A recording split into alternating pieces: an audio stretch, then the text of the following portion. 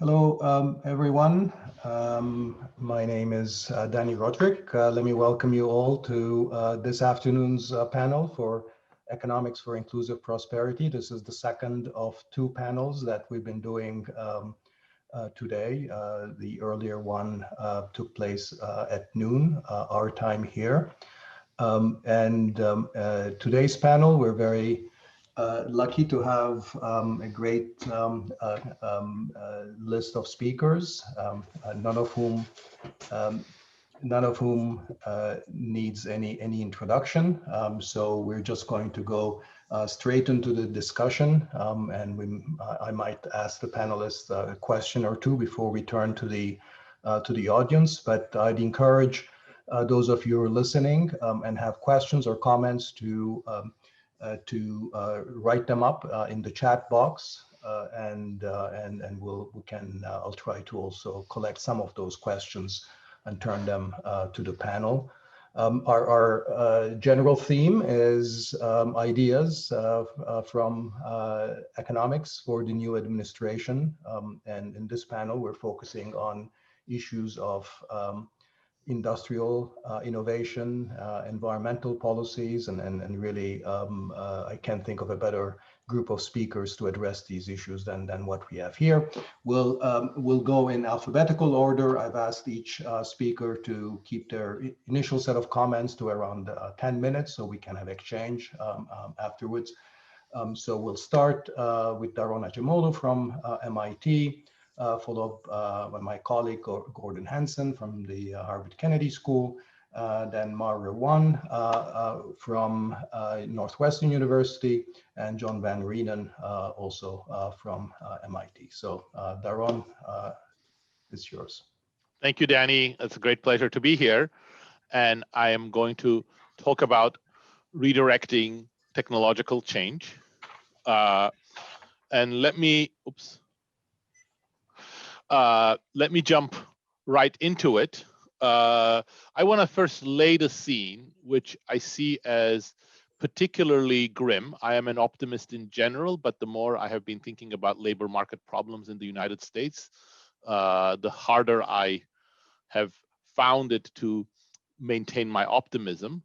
But I think there are ways that are important for us to consider that are not currently on the agenda. And that's what I want to talk about.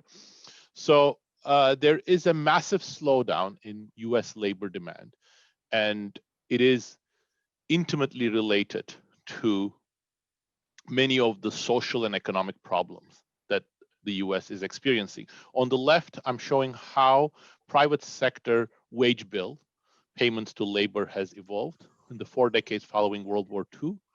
And it is a remarkable story of very rapid labor demand growth. Labor demand pretty much in every year in those 4 decades grew about 2.5 percentage points faster in real terms than population. And on the right, you see a massive slowdown where private sector wage bill growth first slows down and then pretty much flattens out from the late 1990s to today.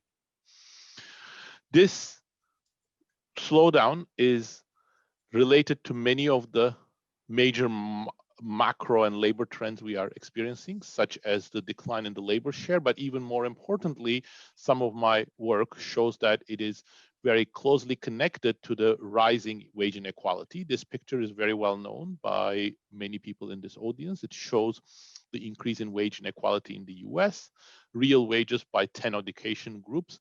But in addition to the big fanning out of these curves, both for men and women, which is one aspect of the increase in real wage inequality, we are also seeing very sharp declines in low and middle education men's real earnings. So for example, the red line on the left for high school dropouts, the orange one for high school graduates, or even the gray one for workers, men with associate degrees, are showing fairly sharp declines in real earnings. And this is again in sharp contrast to what was going on before the late 1970s, which was that very rapid real wage growth for all demographic groups.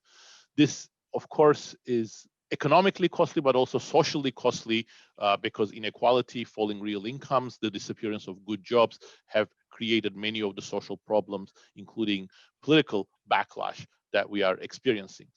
Such a complex phenomenon has many roots, including globalization, which and trade with China and other low-wage income countries, which Gordon probably will mention, offshoring, changes in labor market institutions. But my own work with Pascual Restrepo has also convinced me that changes in the direction of technological progress has played a major role. And the key here is to recognize that technological progress, new technologies come in many, many different flavors, and they have very different implications, not just for productivity, but for distribution of resources, for capital versus labor, skilled versus unskilled labor. One way of thinking about that is a decomposition here, and I can go into more details in the Q&A if people are interested, but is to look at what Pascual and I call displacement, places where they're due to variety of factors, but mostly automation, there is declines in labor share controlling for everything else, versus what we call reinstatement because of new tasks or other types of human-friendly technological changes where labor share and labor demand are growing at the same time as productivity. So if you look at the left, between 1947 and 1987, there is rapid displacement due to automation, rapid reinstatement due to other types of technological changes. In fact, the two are remarkably like mirror images, despite the fact that they're both ongoing, so much so that the sum of the two is essentially zero, hovering around zero in the middle, the thick blue line. If you look at the right, this more recent period has been characterized by much faster displacement and much slower reinstatement. As a result, the thick blue line in the middle is heading south and explaining a good chunk of the big slowdown in labor demand that I pointed out in the first slide. To put it bluntly, we've been putting all of our technological eggs in the automation basket, so much so that we are leaving a lot of low-hanging fruit perhaps out because they are not related to automation. What to do, of course, is the theme. Certainly increasing protection for low-wage workers, for example, with higher minimum wages would be useful. Part of this problem is that in the US, workers, low-wage workers, low education workers are paid very low real wages. Bolstering the social safety net, obviously important, but these are at best partial solutions. Labor market institutions and redistributive policies will not be sufficient. If the trajectory of technology is, as I have characterized, and again, I'm happy to go more into the details of that, is towards more and more automation, then higher minimum wages or higher wages will induce firms to adopt more automation technologies even faster. Redistribution will be useful for creating more shared prosperity, but it will not generate jobs, let alone good jobs, which are crucial for social cohesion and also for economic growth from other aspects. So we need to redirect technological change. That may seem very unusual because who are we as economists to tell others that they should do different types of technologies? Isn't it the case that technologies somehow have their own path, or entrepreneurs and scientists know what's best? Well, I think the answer is no for both of them. First of all, technology doesn't have a definite path, nor even if it had it, we should trust anybody to tell us what that path is. In fact, much of economics tells us that in things such as technologies, innovations, there are so many externalities, so many business stealing effects, so many pecuniary effects of who wins and who loses that we should not expect the market to do a good job. And I'm going to end with three specific sort of ideas. So if indeed the direction of technology is important and there is room for redirecting it, first, we should get rid of distortions that are messing up the direction of technology. So here, I would in particular would like to single out tax policy. So recent work that I have done with Andrea, Manera, and Pascual Restrepo in the Brookings, for example, highlights that throughout the recent period, the last 40 years or so, labor has always been taxed more heavily than capital. So here I'm showing that labor is taxed at 25% because of income taxes plus payroll taxes, whereas capital, especially software and equipment, are taxed around 15 or so percent in the 1990s. Again, we can go into the details in the Q&A session. There are economists who think this is the right way to do it, tax capital more lightly. I think the foundations of that view are very weak, actually. But more importantly, since 2000, capital taxes have come down, so much so that right now capital of software and equipment are taxed at about 5% or less, and some companies actually receive subsidies when they use machines to replace workers. And this creates a potent force towards excessive automation. And one thing to do would be, great if you go to parity between labor and capital, but even if not, you can go back to the 2000s or the 1990s, which would involve rolling back the excessively generous depreciation allowances and also closing loopholes that have been filled by many companies declaring themselves as S corporations and therefore avoiding capital corporate income taxes. A second important area is to subsidize innovation of human-friendly technologies. I would like to draw an analogy to something that Mar is probably going to talk much more about, green technologies. If you go back 40 years, green technologies, which obviously create much less negative externality than fossil fuel-based technologies, were extremely primitive, and they were very far from being cost-effective. Because of technological subsidies, as well as changes in social norms and consumer demands, there has been huge advances in green technology, so much so that right now they are close to cost effectiveness, cost parity with fossil fuel technologies. What was done for green technologies can be done for other types of technologies. It would require identifying what are the human-friendly technologies, having a measurement framework, having the right social norms and policy support for doing something like this, but it's completely analogous in my mind in the sense that we would like to support the types of technologies that create more positive externalities or that create less negative externalities.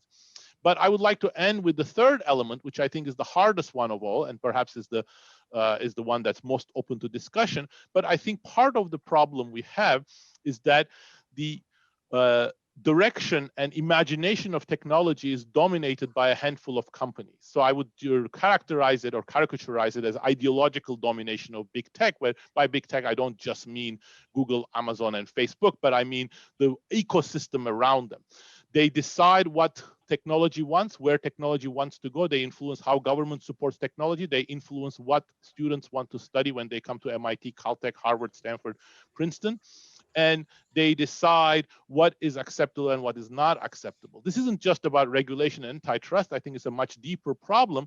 I think the only way to actually move away from automation to a greater diversity of technologies is to have a greater diversity of viewpoints, and that's impossible when both as society and as economy we eulogize a small subsection of it as the superior ones that decide what's the right way to proceed in terms of economy and technology. So it's a sociological problem as well as an economic problem, but that doesn't mean that we should shy away from it.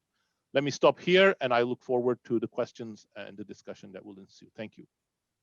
Thank you very much, Daron. This is great. Our second panelist is Gordon. Thanks very much, Dani. It's really a pleasure to be here and to be on this panel, which I'm looking forward to learning a lot from. I'd like to pick up on one aspect of what Daron was talking about, which are some of the consequences of job loss induced by technological change, but also other shocks. And that's how they relate to the creation of regional economic divides, which have become one of the central challenges of our time. In the US today, we live in a land of two Americas.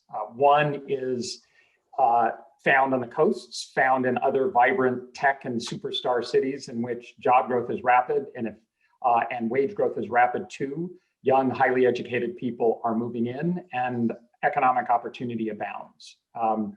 The other America is a place increasingly of persistent joblessness. These are places where employment rates are low and falling, incomes are stagnant or declining, and we see an increasing dependence on government transfers and also the social dislocation that comes from prolonged economic distress. So in economic research that many of us have done over the last couple of decades, we've learned a lot about the causes of these regional economic divides. They include what Daron just talked about, automation and the hollowing out of middle skill jobs, which hit areas specialized in manufacturing particularly hard.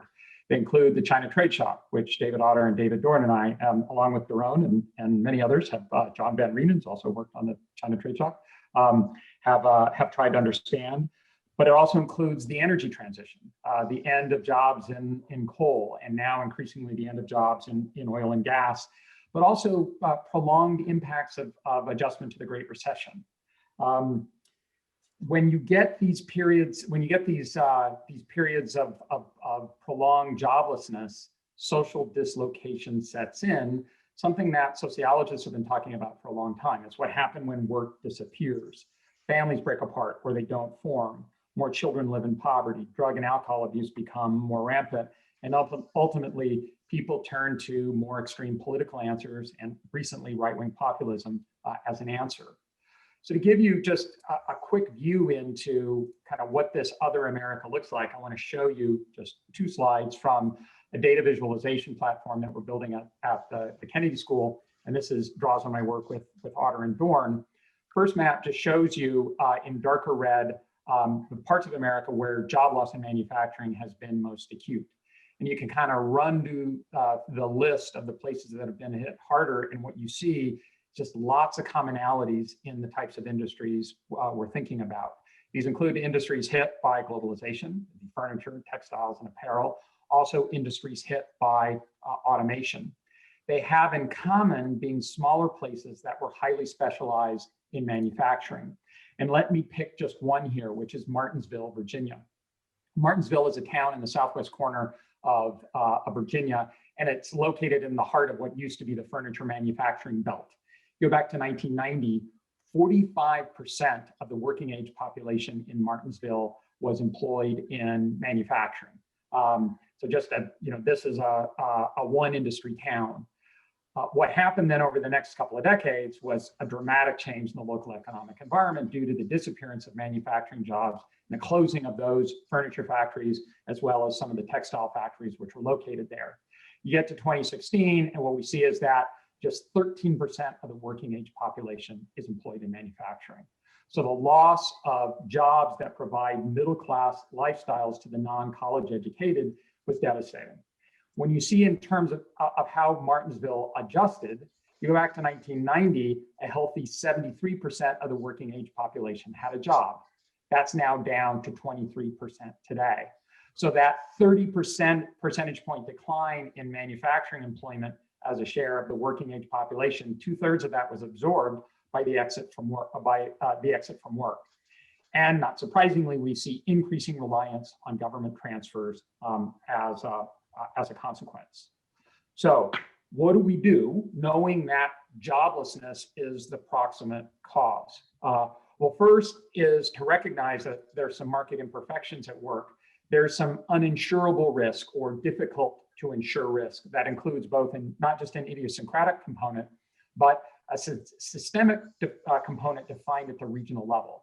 And so the absence of wage insurance means that local joblessness has built on itself such that the social cost of job loss seems to be greater than the private cost.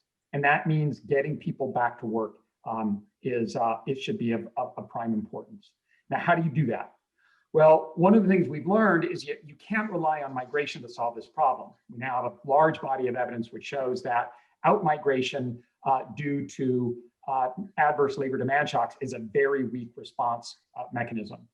What we do know is that in areas that are hit by positive labor demand shocks that have higher initial joblessness, see larger increases in employment rates and larger increases in earnings for low-wage workers. So this creates some promise in that we can generate jobs here. We feel like we can move the needle.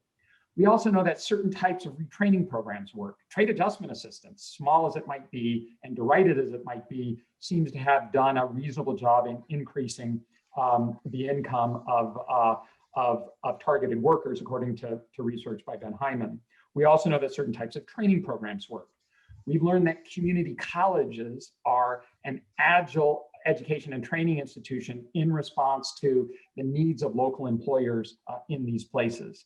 And we've learned also that there's a fair amount of heterogeneity in the nature of the adjustment process. The average impacts look bleak, but there's heterogeneity around those average impacts, which suggests that there's much more we can learn about what makes places resilient. So what do? I suggest three things.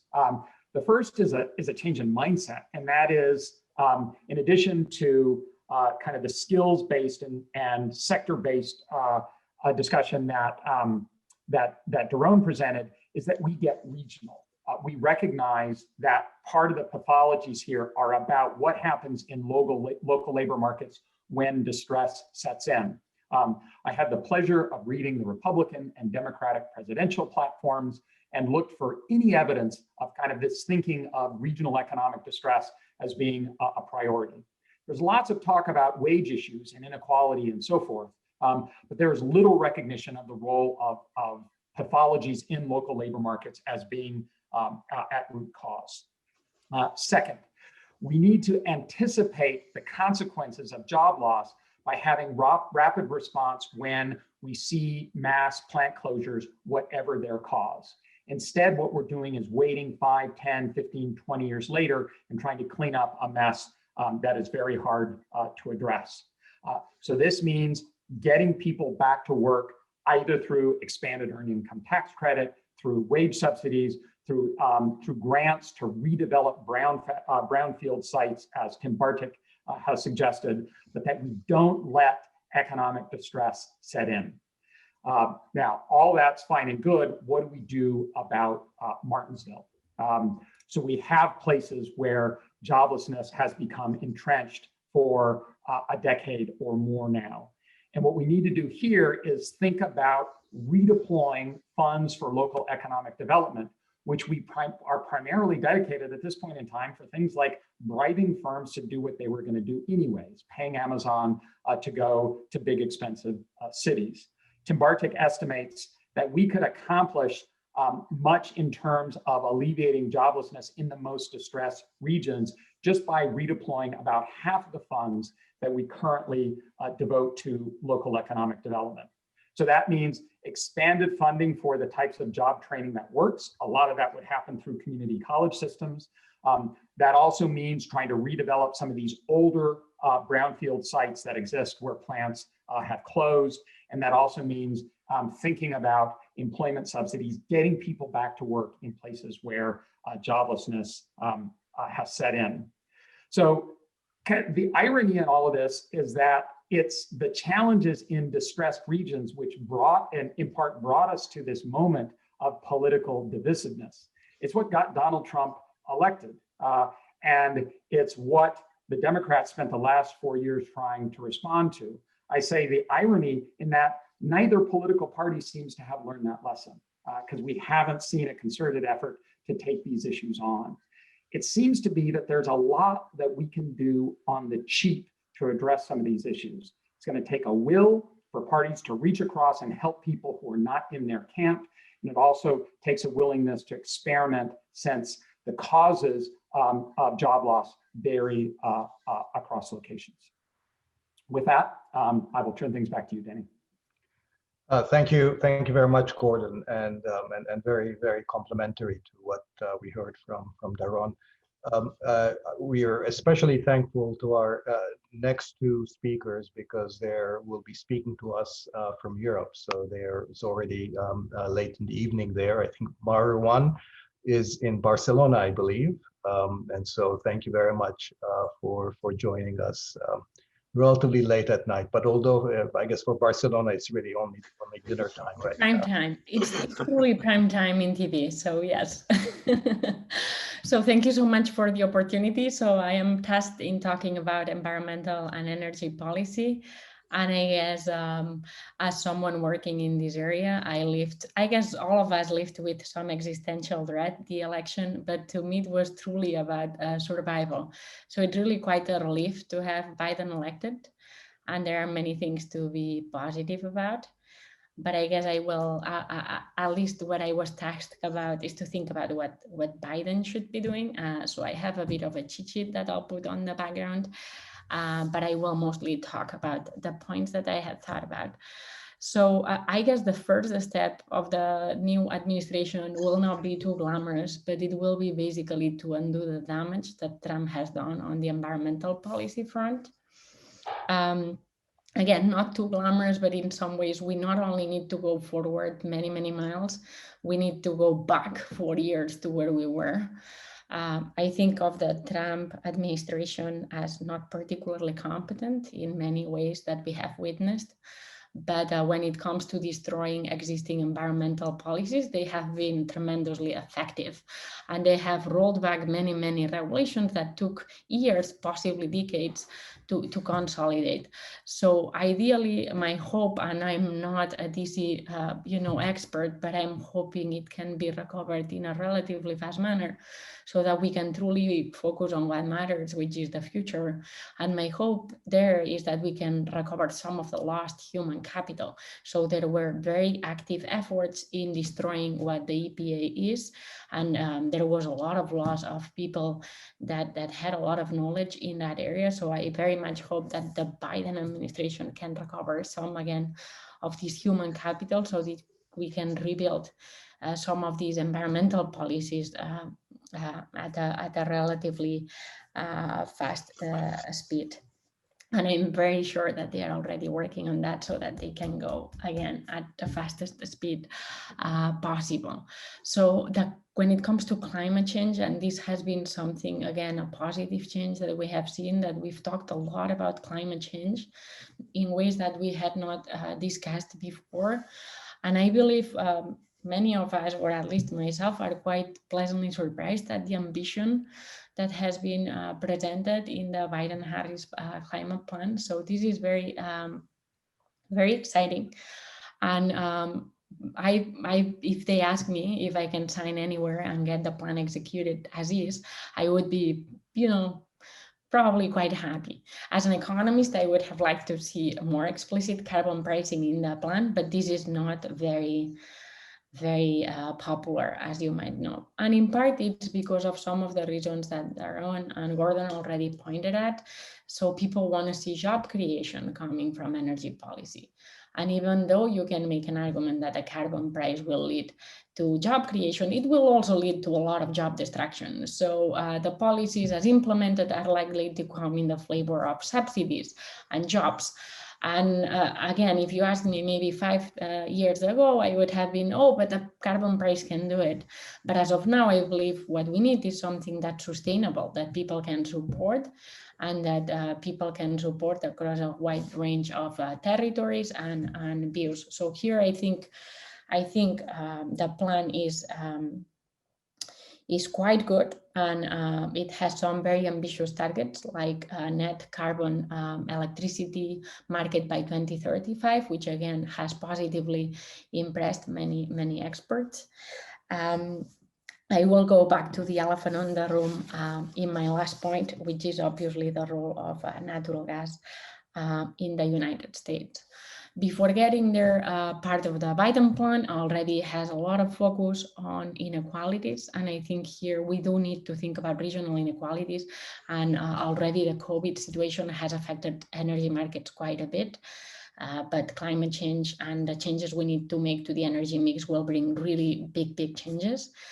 I guess coal is one in which fracking in itself has destroyed a lot of coal jobs already, in spite of Trump's attempts to prevent it.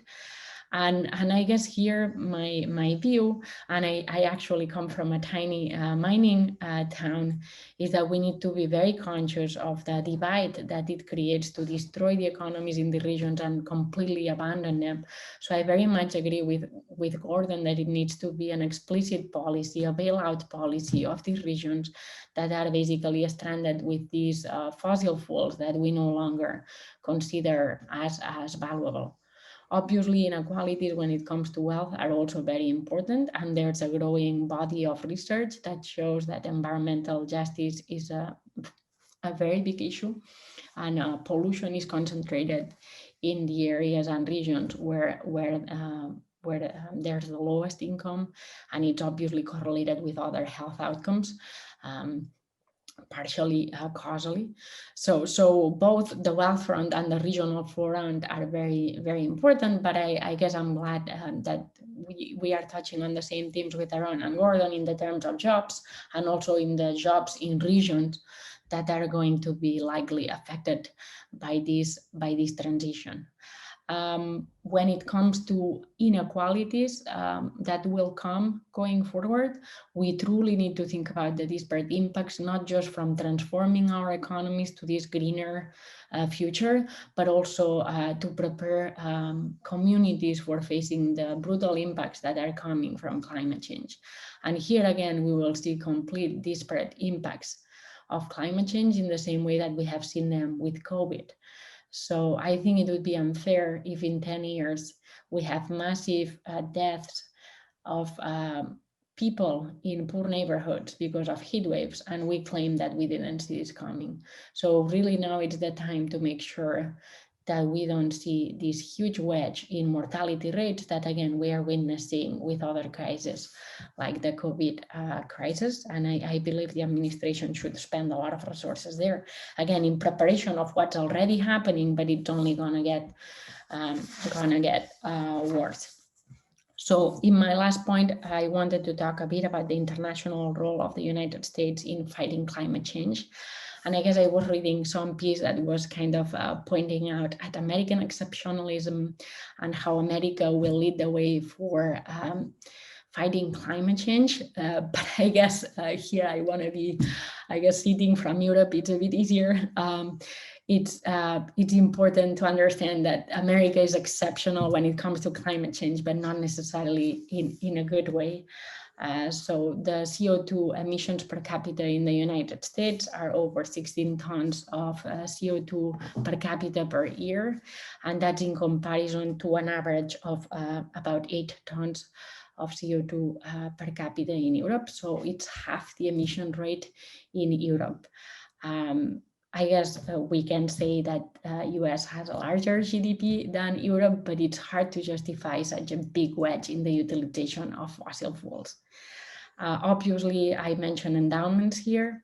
The US is very different from Europe. It does have very large endowments in fossil fuels that, if I got the last statistic right, represent about 8% of its GDP, very different in Europe. So for the US, it's gonna be much harder to be a credible advocate for climate change while fighting all fronts. And I believe this administration would do a great good if they actually would make it credible, because it's a much bigger commitment to ask than from some other countries that are fossil fuel poor. Fracking is obviously, as I was saying, a big elephant in the room. The US has invested tremendously in fracking in the last 10 years, and there's a great fleet of new capital ready to keep producing and burning natural gas. Lots of recent evidence is showing that methane leaks from natural gas are even worse than was suspected. So here there will be some hard choices that need to be made. I honestly do not think it's realistic to expect private companies to stop using natural gas in the US anytime soon, but either in the form of methane regulations or in the form of stopping implicit and explicit subsidies to the fossil fuel industry. I do believe government has an important role to play. Internationally, I think the US should not spend public money in investing in fossil fuels. So that, I think, it's a hard ask. Same for R&D. I believe R&D should not be spent on the fossil fuel industry. The fossil fuel industry has enough incentives to spend on R&D to kind of show and prove that it's a clean energy. I was looking at many R&D budgets from the Department of Energy, and obviously there's a lot of money that's going, public funds that are going into R&D for even clean coal as of last year. So I believe there are, again, some hard choices. I'm not sure if the administration can make them, but any public signal from the US that it's no longer going to rely on this great resource that they have, and countries or regions like Europe do not, would go a great length in steering and fostering international cooperation. And I look forward to maybe some of it. So those, I believe, were my main points. Thank you very much, Mar. That's great. Our last panelist is joining us from London, John Van Reenen. Well, thanks very much, Dani, for giving me the opportunity to share some thoughts. And of course, the problem of going last is all the big thoughts have already been said. So I hope I'm going to just repeat a few of the ones and hopefully add a couple of new ones. So the task the new administration faces is very formidable, but it's also an exciting chance, an opportunity to kind of reset the model that has failed to deliver inclusive prosperity for the American people. And to my mind, very consistent, I think, with what other people have said. I think the major long-run problem that we face is stagnant wage growth for the typical US worker. So as Daron mentioned, median hourly wages have barely risen in real terms for nigh on 4 decades in the US. And for less educated men, they've actually fallen. And I think as a result, there's a whole generation of Americans who now feel correctly they'll be no better or even worse off than their parents are. So, these are the structural kind of economic conditions that have fueled the rise of populism. I really believe that, if we think about what swept Trump to power 4 years ago and what's happening in other parts of the world, we really have to address this problem. I'm sitting here in London, and in less than a month's time, the UK is going to leave the trade, the trade situation in the European Union, and no one knows what that's going to look like because of the Brexit vote, which happened without really knowing what's going to happen. And in Britain as well as the US, since the Great Recession, there has been this kind of stagnation of wages. So why has pay been so poor? Well, Daron touched on some of this, but let me just show you the kind of one way to cut the data in a way which I think is also kind of useful to think about. So there's kind of 3 or 4 reasons. One reason, and I want to stress this a little bit more in my talk, is that if you look at the purple line, this is kind of productivity growth. And you can see that since 1948, there was this kind of slowdown in productivity growth since the 1970s, which further slowed down after the Great Recession. So one of the most important things in terms of long-run wage growth is to have long-run productivity growth. So that's one of the factors which I think we need to address. Of course, that's not the only factor. As Daron mentioned, there's been a fall of the labour share.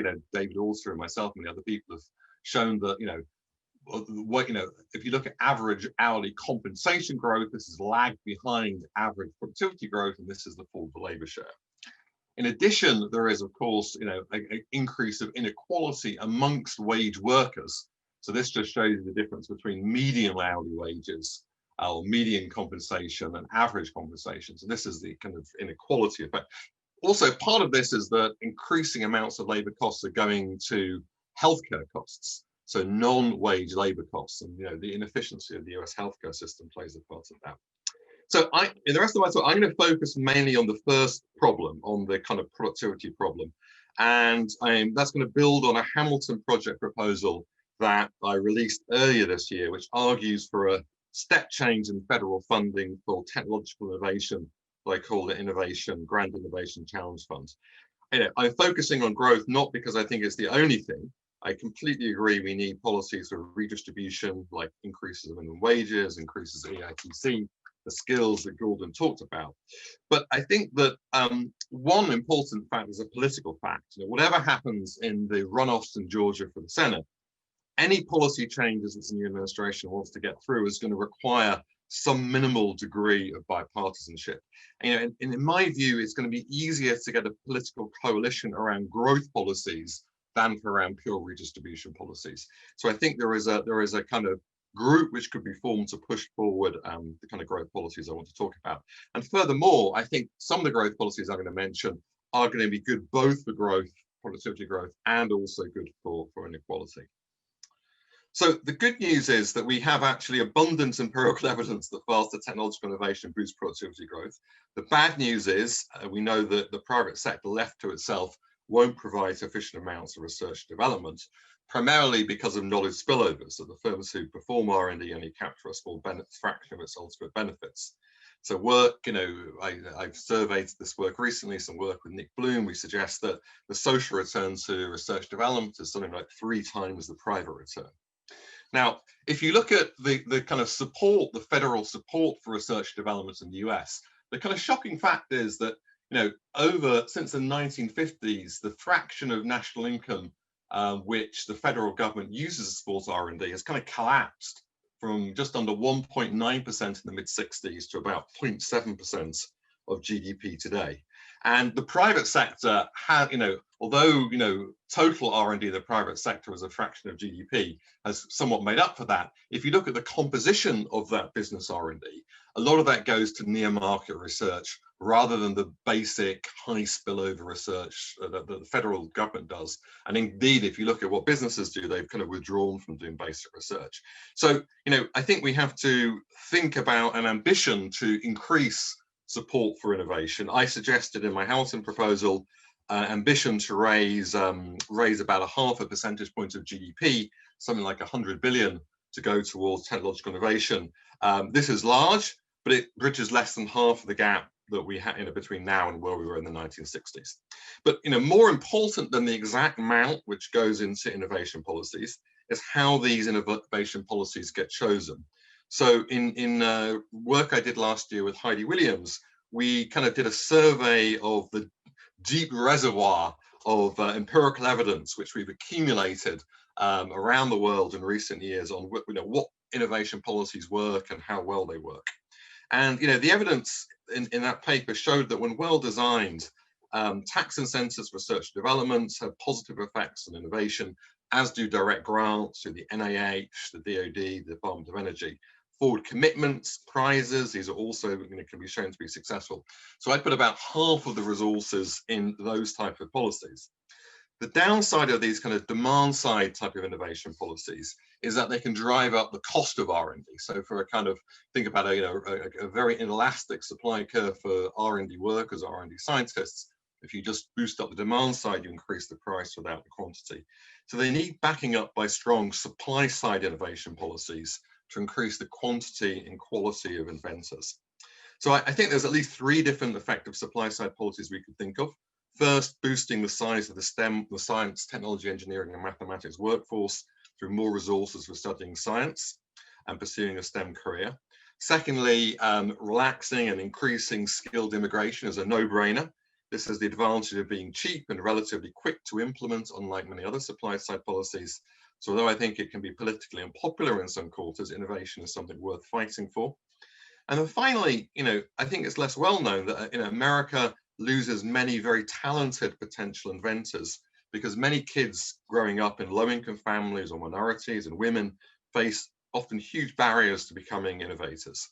So Raj Chetty and I have labeled this the kind of lost Einstein or lost Marie Curie effect. And I can illustrate this in this final graph. So if you look at the kind of data on who grows up to be inventors, the horizontal axis just cuts it by how wealthy your parents were. If you were basically born in the top 1% of the richest parents, you were 10 times more likely to grow up to be an inventor than if you were born in the bottom 50%. So in this order of magnitude difference, only a small fraction of this is explained by things like the underlying ability of the kids. If you look at early math scores or other kind of test scores, this doesn't explain these very, very large differences.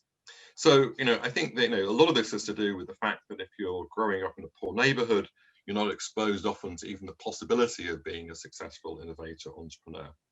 So supply side policies to find these lost Einsteins, are not just a matter of social justice, but by boosting the supply side, we can reduce both inequality and we can also improve growth over the long run. I mean, there's no quick fix, but there's many possibilities. So gifted and talented programs in public schools focused on disadvantaged kids who show early promise, restoring the Smart Student Grant Program. This is a program to give $10,000 a year for underrepresented minorities to study STEM at college. There's lots of initiatives by innovative non-profits like the Conrad and Lemelson Foundation. These all need more rigorous evaluation, but they all show great promise.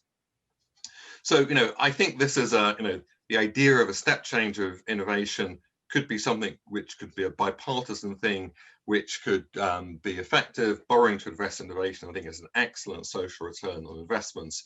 is one of a portfolio of policies, but I think, history teaches us that such moments of crises that we live in now can be moments of great political and social change. So we kind of hit the reset button after the Second World War, when the West kind of reinvented itself, realized our deep interdependence and the necessity of investing substantially in what Vannevar Bush called the endless frontier of science. So I think the challenges we face are no less pressing now than they were then, and we need an equally ambitious response. Thank you. Thank you very much, John. That was great. I think we really heard an excellent set of presentations. In a way, all of our panelists have been taking on a major market failure. John, you were talking about essentially, innovation externalities and how to get those internalized through more and better directed public support. Mar, you were talking about environmental externalities, climate change externalities, and how to fix that through appropriate policy. And then there are what one might call good jobs externalities, which take essentially two different forms. And Daron, you focused on the direction of technological change and the extent to which the present system of incentives for innovation may not take those good job externalities into account in general. Gordon focused on the regional spatial dimension of that, on how that results in certain places and smaller towns being left behind and jobs disappearing, and the usual market mechanisms of mobility and new firm growth not making up making up the difference. So I'm really, in a way, I'm listening to all your comments. I'm also struck by how much the nature of the economic conversation has changed from not so long ago. In a way, we're really talking about much bolder initiatives and taking on sort of many newer ideas on board. I mean, I think just going back to Daron's idea of redirecting technological change, I mean, that's sort of a radical idea, and I think, but it's one that we need to contemplate, given that the nature of the challenges that we face in our labor markets are really fundamental. Mar, you said that carbon prices are not enough. We need to go way beyond that, and I think it wasn't so long ago that I think the view in the economics profession was that carbon tax would be essentially the way to go about it, and yet we're now thinking much broader. Gordon, you're talking about essentially sort of regional policies, expanding local development policies, not relying on mobility and so forth. So there are lots of interesting ideas. Maybe the first thing I want to do, and I should mention those to the audience, please put down your questions in the chat box. I will turn to you, but I do have a couple of questions first for the panelists. The first thing actually I want to do is bring a little bit, the two MIT colleagues into conversation with each other, because the question to Daron is, when I've talked about similar ideas to various audiences, including many economists, is immediate pushback that we actually don't know how to redirect technological change. So the question for you is, what kind of, what would be the argument to convince the skeptic that this is actually not a fool's errand, that we can actually, yes, I understand the analogy with respect to green technologies and that, or military technologies, areas where we are actively involved in the redirecting technology, but what's the evidence that we can actually, through policy, affect the direction of technological change? And John, I think my question for you is sort of, in a way, the same, because you did not talk about this aspect when you were talking about innovation policy, and yet if we're going to take Daron's idea on board, it would have to be part of our innovation policy. So, does that mean you're skeptical about this idea, or do you see any ways that this could be incorporated in an innovation agenda? So let me undercut John's ability to disagree with me. by giving an example from a work by him. So I think, of course, we can talk about specific domains, and we should, but the green technology, I think, is the most interesting one, precisely because of the reasons that Mar articulated and you sort of reiterated, that the original view among public finance economists was, the problem here is carbon, you price carbon and everything works out well. And going back a decade or more, theoretical work that I've done with David Hemus, Leo Burstein, and Philippe Aguillon was emphasizing that it's not enough to price carbon, that you would necessarily want to have a major role for research subsidies that are directed towards clean technologies. And the best evidence on that actually comes from a paper by John van Reenen and colleagues, which shows the role of policies and subsidies in the context of the auto industry across countries, that shows that these are very powerful, and that the extent and magnitudes of them actually very much support that theoretically and conceptually carbon prices themselves are not going to be sufficient. So I think, of course, when you venture into new areas such as good jobs, the measurement framework has to be different. But I think the measurement framework is something that we produce.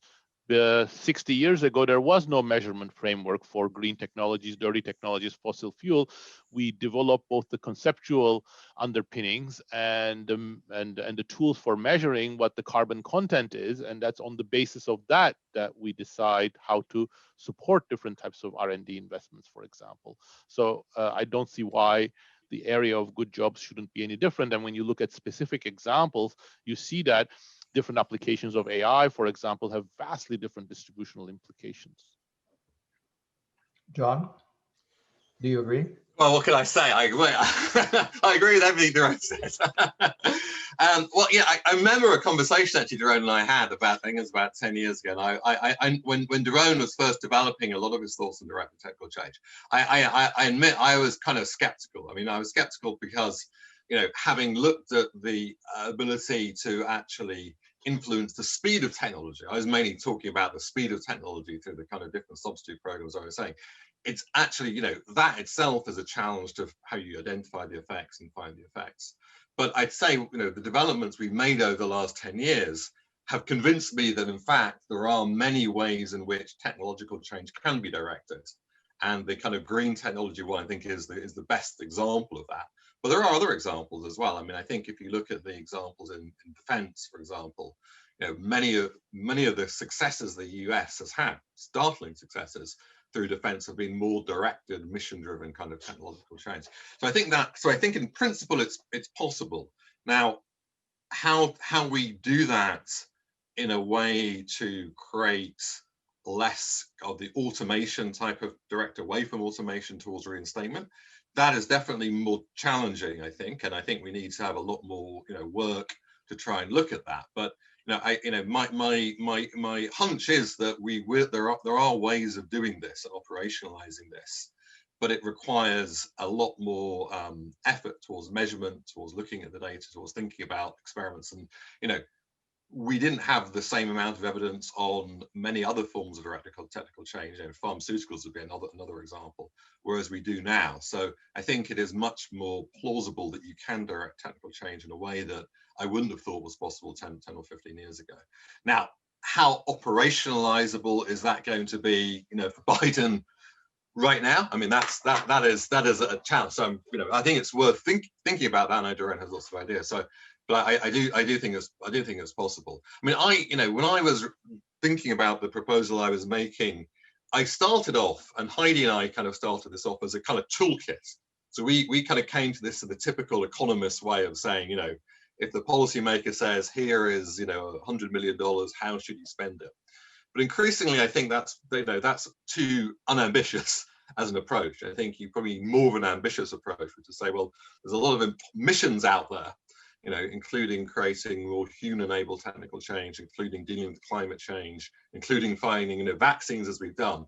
And that actually is a way of galvanizing action in this space, I think, more than you always said this, Dani, so I'm preaching the converted, but rather than just thinking of the kind of cost-benefit tinkering at the edges, which is more of the natural kind of economist approach to have.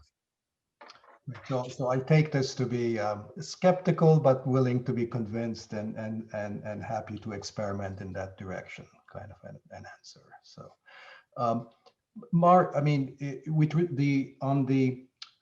going beyond the carbon pricing approach, I wasn't sure whether I understood what you were saying, that you were thinking more about sort of the political economy of it, that you needed to ensure that, you know, you would be bringing others along and there was, you know, jobs were being taken care of and places that might be lagging behind would be. Did you mean that as mainly as a political sweetener, or did you, as Daron was intimating, I think that the economics of it also, our economic understanding of the climate challenge is also that we need other instruments besides climate policy involving you know, innovation policies? Yeah, definitely both. So I believe actually the political feasibility is such that we might not even see meaningful carbon prices. So we might only rely on other policies. I think that's honestly going too far. There's some recent study at MIT of all places, so now you cannot complain about it, that actually shows that even modest carbon prices, when coupled with complementary policies, can make the complementary policies, the whole package, more effective. But yeah, I believe it's a combination of both. And it's clear that yeah, we will never have a signal that's credible enough to generate the change that we need to witness in the next decade or 20 years. So I very much agree with Daron. It's just not enough. There are too many uncertainties. There are many coordination problems. I mean, we could list a whole bunch of failures of why a carbon price might not be enough. On top of that, the political feasibility of the whole thing. But it's only one of many other failures that justify going all in when it comes to climate change. I guess I was very happy to see that they just stated that they see the Paris Agreement as a minimum bar and not the bar to achieve, because that's the scenario we're in. No matter how much we throw at the problem, we'll fall short. So on top of all the good reasons because of market failures and other missing markets, why we need all these complementary policies, we also just need to do change too fast. So we cannot wait on the carbon price to be credible enough for things to happen. It's really, I completely agree with Daron. So one thing that I've been struggling with is with R&D. So same thing, or is enough to price carbon. And in many countries, what we see is that the minute the carbon price is high enough to price out fossil fuels, it stops. So again, even if it's just the political economy of it, we really need explicit policies that exclude fossil fuels from public funds. Because the minute the carbon price will be high enough to exclude fossil fuels, the carbon price will just not get there. So I think it's a combination of both. Yes. Okay, Gordon, I'll combine a couple of questions in the chat box to ask you. Sort of, maybe you were talking about a lot about how to revitalize lagging regions and increase employment through various local development and training and community colleges and so forth. What about actually sort of, I mean, that's all going to work as long as we can actually create local demand for labor in those regions. And that requires us to think in terms of how do we actually attract firms and investment in those regions. So if you look at it from the perspective of generating labor demand, attracting firms, and how do we do that? And does that require additional instruments? And if we're doing that, sort of, are we, falling into sort of what I think one of the questioners said, old style industrial policy? Is that, what are the, what's the newer version of that might work? I think that's something really important to keep in mind, in that as we're addressing these regions, we're watching them undergo a transformation from one set of activities to another set of activities. And it's going to be very hard for policymakers on the outside to figure out exactly what those new set of industries are going to be. They're unlikely to be the industries that were there before, because the forces of globalization and the forces of automation are really, really strong. It's also the case that many of these manufacturing industries are ones, if you look at the work of Ellison, Glaser, and Kerr, that are just highly agglomerated and co-agglomerated. So once you pull one of them out, things can unravel very quickly, as Dix Carneiro and Kovac have documented in the Brazilian case. So it's more kind of creating the conditions where capital's gonna want to come in. It's absolutely right that since you're not getting labor to go to capital, you have to get capital to come to labor. So what does capital want? Capital wants real estate, which is available in these places because you have brownfield sites that can be repurposed. Capital wants workers with the right skills, and that means probably modest investments in retraining that are leveraging things like the community college system to make sure you're developing skills that potential employers actually want.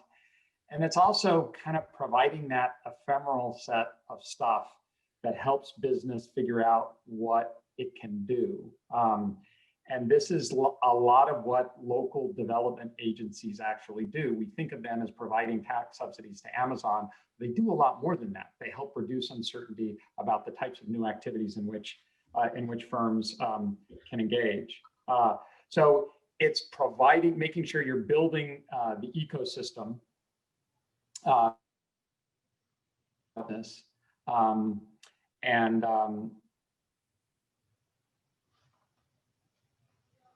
Did I freeze? Gordon? Yeah, your picture froze. Can you hear us?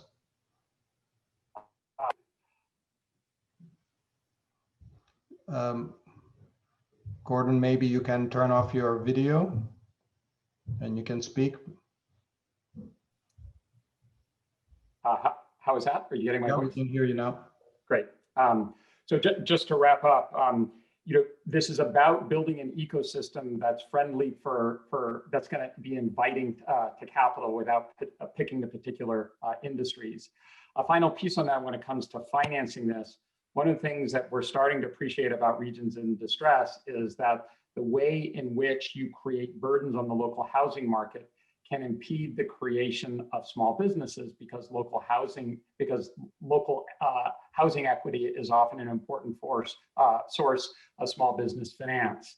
So opening up opportunities for business financing outside of the usual means can be important for getting things going. So I think if you talk to the people who are thinking about these sets of activities, it's very much not old style industrial policy, nor is it falling into the laps of lobbyists who want to go out and bid for a trophy. Thank you, Gordon. I mean, clearly, industrial policy is back in the sense that both parties have engaged in it, including Republican Party recently. And I think maybe part of this is now connected to a point that John was making, which is that when you're talking about innovation and growth and high tech, in some sense, it's easier to reach agreement on two sides of the aisles. But when you look at sort of the content of some of these industrial policy proposals, as I see them, first, I mean, the pushing or the motivating factor seems to be very much, I would say 80% of it is really competition with China, and just making sure that somehow China doesn't take over. And there's a lot there about jobs and sometimes lagging regions too, but it's really it's certainly seems like a side thought rather than the main motivating factor. If you look at the instruments, I wish I could be as optimistic as you, Gordon, but it seems like it's more in the nature of very old style industrial policy. I mean, I'm a proponent of industrial policy, so I can say that actually there are some bad types. I mean, the Biden proposals, for example, on innovation policies, industrial policies, are very heavily geared towards government procurement, and that's the kind of thing that I don't think there is a good track record of having worked.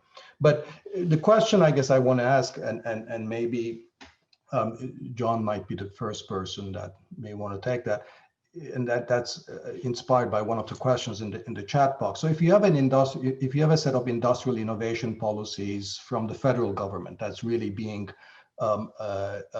motivated largely by the so-called China threat and more geopolitical considerations and national security considerations, I mean, is there really, are we losing sight of, where we ought to be focusing on, which is sort of more inclusive innovation that can achieve all these goals, including green technologies that we're all focusing on, that, we will be engaged in much more government activism, but it might be rather misdirected and not be focusing on the right set of tools. Do you see that as a real possibility under the Biden administration?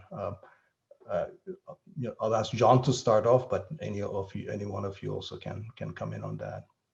John, you want to? Well, yeah, I mean, there is a obvious danger that priorities can get heavily distorted if the whole fixation is China. I mean, let's be frank. China is a real threat. I mean, China is a definite threat, politically, to the West, the Western democracy. So there's no doubt that is there. I think the question is how we respond. So if we respond as the response has been going the last 4 years, just to slap huge tariffs and trade costs against China, that is not an effective response. I think what you need to do is to take the concerns about China and use that as a way of motivating the types of innovation industrial policies that we think could be most beneficial in terms of building up American capabilities and capacities to respond to that, which I think is through improving productivity, innovation, helping rebuild some of the areas that Gordon was focused on.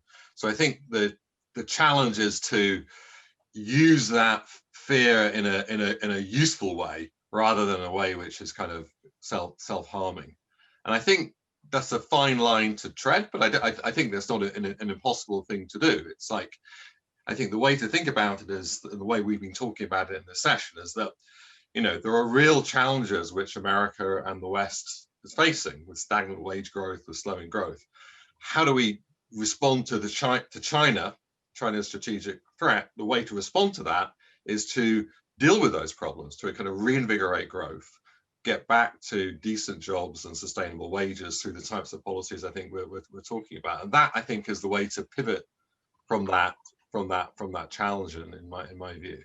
And I think there's ways of bringing those things together in some of the ways that the panel has been discussing. I mean, for example, Simon Johnson and John Gruber in the Jumpstarting America book show a way in which you could use some of the innovation policies I'm talking about in conjunction with the things that Gordon's talking about, to try and channel new technology hubs to areas which have the capability to start them off by having decent amounts of education, but are not the kind of coastal elite places, not the Stanfords and the MITs, but the places where, as he was saying, where land price is relatively cheap. So you can actually use the kind of ideas I was talking about, but also combine that with a kind of place-based regional policy to help revitalize those areas. So I think thinking creatively about using that threat in order to do the right policies is the way I would try and take it, rather than fall into the trap of doing stupid policies.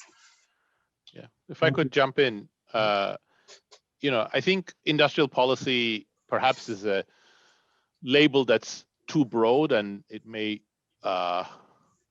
just lead to more disagreement. But the policies that we're talking about here are perhaps much more directed at innovation. They're not targeted at protecting specific firms against, be it China or competitors, or picking winners. They're more directed at technologies, types of technologies, and consequences of technologies. And I think the most important observation here that perhaps is obvious and maybe broader than innovation, but there is no neutral innovation. The market is not generating neutral innovation that somehow we're distorting. Everything is determined by a variety of factors. If you take AI, for example, the McKinsey Global Institute estimates, I don't know where they get their data from, but their estimates is that 2 out of every $3 that goes into the field of AI, which arguably will be one of the most defining technologies over the next several decades, they come from big tech companies in the US and China. So how is that any neutral? So unless those companies have so inclusive way of thinking about the economy and have made some calculations that nobody, I think, is capable of making, that we can advance everything at the same time, they're going to be pushing their own agenda. That agenda is determined by their vision, is determined by their corporate strategy, is determined by their bottom lines and competition policies.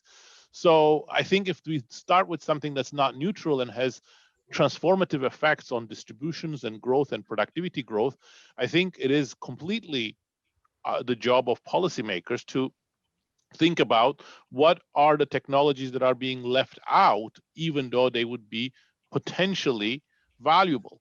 And government procurement included many of the technologies that were spurred into existence by past government policies were implicitly or explicitly the outcome of calculations like this, certainly in the military area, certainly in the area of antibiotics, sensors, and lots of mechanical devices. So I think it wouldn't be a complete break with the past, although perhaps we can do a much better job of settling it into a framework that's more explicit, hence less likely to be hijacked by special interests. I often tease Daron by asking him, when will you explicitly come out and say that you're advocating industrial policy? But I agree with him that I think that term is probably hides and much more than it reveals, and it's not a very helpful one. Nonetheless, I think when we say industrial policy, we sort of have in mind we understand there's a range of interventions that can be done better or worse.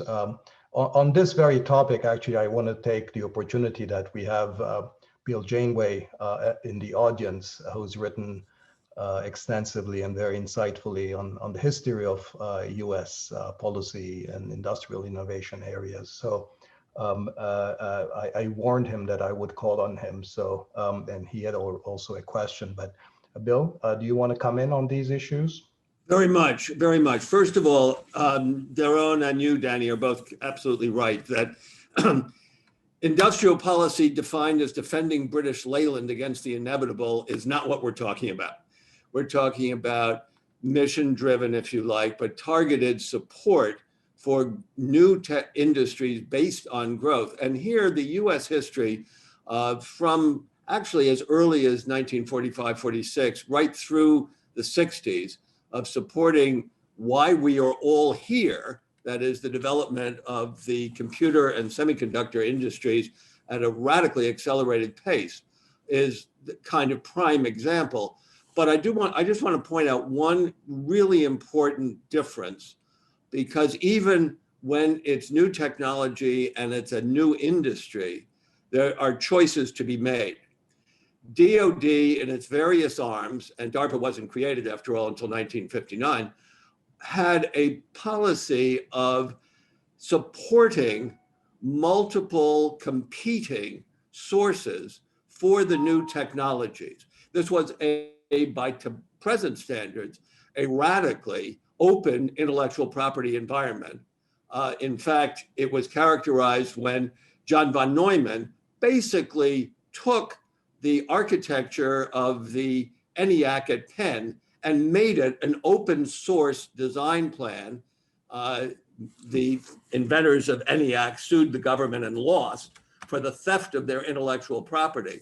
And with the semiconductor industry, DOD gave the big research contracts to IBM and AT&T, but it gave the procurement contracts to Fairchild and Intel and Texas Instruments, and created a new industry. And this was in direct contrast with Britain, which began ahead, thanks to Alan Turing, which went for a national champion approach. And I think the critical factor is that the downside of industrial policy can be seen by government endowing one or two at the most national champions versus sponsoring a competitive wave front of innovative companies. And that's where we can go back to history and perhaps learn how to do it right. Thank you. Thank you, Bill. I want to go back to sort of broader issues of economic strategy and policy for the Democratic Party. I mean, sort of, there has been this split between the more centrist group of economists or technocrats and the more sort of progressive wing of the Democratic Party, represented by Sanders and Warren, and the general view seems to be, at least in social media, that especially in terms of the appointments that Biden has made, it's gone mostly to people who are closer to the sort of the centrist agenda rather than the Sanders Warren wing. What I want to ask our panelists is whether you see a substantive difference. I mean, given sort of how the economics profession has moved in many issues, as I think very well represented by the positions you've all taken. Do you see a substantive difference between sort of these so-called wings of the Democratic Party? Or to put it somewhat more provocatively, are there ideas out there that have been floated in progressive or sort of the more left-wing side of the Democratic? Are there ideas out there that you would warn the Biden administration away from? Don't do that. Who would want to? I mean, Mar, for example, I'm looking at you when I think about sort of Green New Deal. Is this, what's the distance between sort of the Green New Deal and the kind of policies that, you would be happily sign your name to? I mean, I think Biden was a little bit slippery on this in the planet. I mean, in the campaign, he didn't explicitly endorse it, but in some ways has moved very closely to, I think, to the spirit of that. Yeah, no, I think, as I said, that I am quite pleasantly surprised by the strength of the proposal. It's to be seen if it can be implemented as planned, but it touches on very important issues. And I think it's not confrontational enough with the reckoning that I was talking about, the fact that the US is so fossil fuel intensive, because that's a resource that the US has, and in great extent. So this is obviously extremely hard to do as a candidate to the presidency. Even as a president-elect, it's kind of hard to pull. So I really, I think if you take the most progressive views, you just would never get elected in some ways. So many of the points that they make are completely necessary if we are serious about stopping global warming. But in some ways, I really do not sympathize with the part of the more progressive movement that will not give credit to what the Biden plan will do, the climate plan will do if implemented as it is. Because in practical terms, it's really going far to what can be implemented in practice. What we really have to avoid is 2-3 years of crazy policy that completely disenfranchised even more people in the rural areas, people in the coal areas. And then we go back to destroying all of the environmental policy of the last 20 years. So we really need extremely aggressive environmental policy, but that doesn't lead to another, what I would qualify as a crazy right-wing populist outcome, because then any gains that you might do, they will be kind of hampered. And we really need a steady, fast progress, not kind of in lumps. So I believe if you go too far too quickly, you fall into that dangerous area of disenfranchising too many people. And the Biden plan, I think it could be again more aggressive in explicitly banning public funds to the fossil fuel industries, but it's already explicit on public land and the extraction of fossil fuels. So I think it's moving in the right direction, and in many fronts it is quite ambitious. But there's always gonna be a reduct that doesn't find it ambitious enough.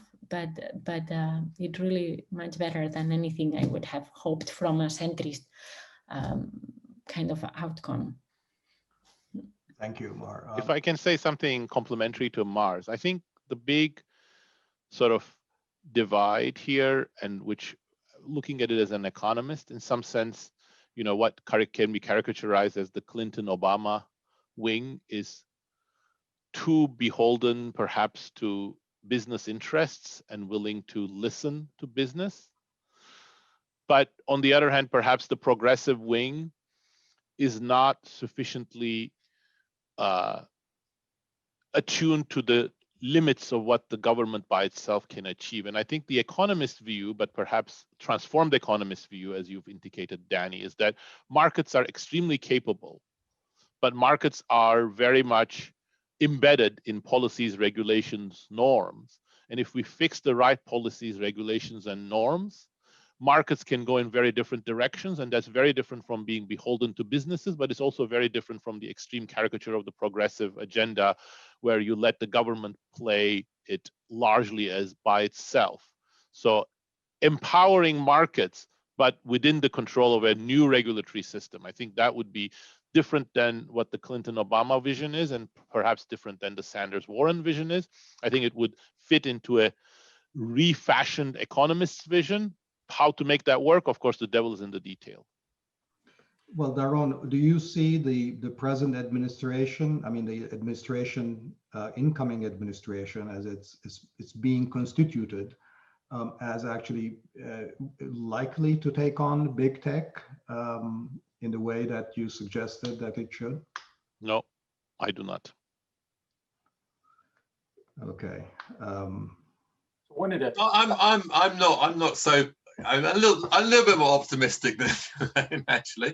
I mean, at least in some respect, I know Daron's view is beyond just the antitrust, but take the antitrust issues, which I think are very important, not just for big tech, in fact, but across the whole of the US, where we've seen, I think, a big increase of concentration and and issues around that. So I do think there is an important way in which antitrust needs to be modernized to take into account that the burden of proof now falls too much on the regulators and the governments to prove that a takeover, say, of a dominant platform firm of a small startup, you have to prove that this is going to create an antitrust problem. Whereas I think the standards of proof should be more on a Facebook taking over an Instagram to say, we're pretty confident this is not going to cause a problem. So I think there is actually a way of getting a coalition to actually, there's a lot of pushback on that. So I do think we could get some reform. Now that's narrow, that's not as broad as Daron is saying. I totally accept that. But I think those are areas where we can make some progress on reforming antitrust to deal with some of the problems we have. I mean, in terms of some of the policies which I would say the old-fashioned, there is a kind of old-fashioned economics thing which, try and focus your resources on things which matter most. So, for example, this will make me unpopular, but I'm, the whole free college movement where we give, we allow everybody to go to, college for free regardless of their income, I don't think is a good use of government resources. We should focus our resources on helping those who most need it, rather than using it to kind of subsidize people who don't necessarily need that support. So I think that's a kind of a populist of the left type of policy, which I don't think is one which is a useful one. And more broadly on identity politics, I think we do have to try and all put we need to deal with this problem of median wages for median workers and jobs for median workers, and focus just on middle America and not get too obsessed, in my view, with identity politics. Gordon? I wanted to pick up on something that Mar said, which I think is exactly right, which gets at the part of the point of tension between the centrists and the progressives. Progressives want to take actions for principle's sake without appreciating the market reactions. So if you take on oil and gas full on, there are economic consequences in terms of what happens to the hundreds of thousands of workers employed in those sectors. And if you leave them by side, the political consequences are enormous. You lose Pennsylvania for a generation as a consequence. So whatever you do to help to change oil and gas has got to come along with a plan for helping those workers pivot to what they're going to do next, which is not an easy task, and which progressives seem to be rather blithe about. An area where there might be some easy wins, I think John picked up on earlier when he talked about immigration, and that quick way of reactivating innovation is just let in the folks we've been keeping out for the last 4 years. And there's actually a potential for a regional component to this too. We do this with doctors. We tell foreign doctors where they have to work in terms of providing healthcare in rural areas. We could help seed incubators for high tech in areas where it makes sense, but tying visas to areas that are semi-distressed. And that can happen on the cheap. The arrival of low-skilled immigrants helps save the poultry and meat packing industry in the plains and southeastern states by bringing up in labor that help that capital from depreciating. So those are some easy wins that would work on both sides of the Democratic aisle. Thank you. We're reaching the end of our conversation, and I think it really has been very rich. And I really want to thank all of you for your participation and your comments. Thanks also to everybody in the audience and those who've sent in comments and questions, not all of which we could address, unfortunately. Some of the questions I did not expressly address to the panel, because in fact they were covered in our earlier discussion, which was focused much more on issues of income support and racial inequality, and also the more sort of immediate macroeconomic policy frameworks that we need to take.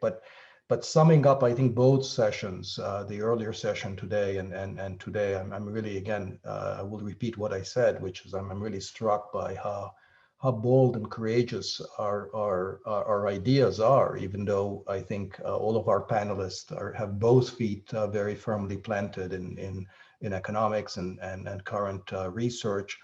And I think it just validates fundamentally what I think the premise of our outfit, EfIP, or Economics for Inclusive Prosperity, has been that good economics actually calls for some significant changes, and it's entirely consistent with a bold agenda that will take these challenges on board. And I think so we are in a very, very different world indeed. And I think it's also very promising for the future that I think between the world of ideas and the power and the world of vested interests, that there might be a kind of a narrow corridor, as Daron might say, that will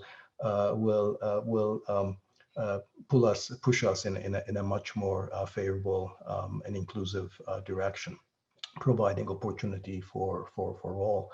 So again, let me thank everybody in the panel, and just as EfIP, we will continue discussions of this kind and policy briefs. So just watch the space.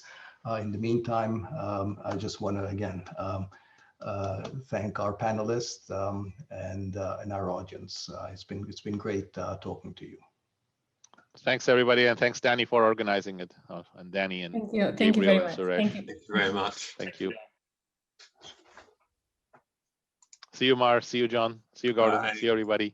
Daron. See you, Mar. Thanks again, especially Mar and John, who are staying up late. Again, Thank you Mar. for the opportunity. The European Thank you. contingent. Thank you so Yes. much. Bye-bye. Okay, bye.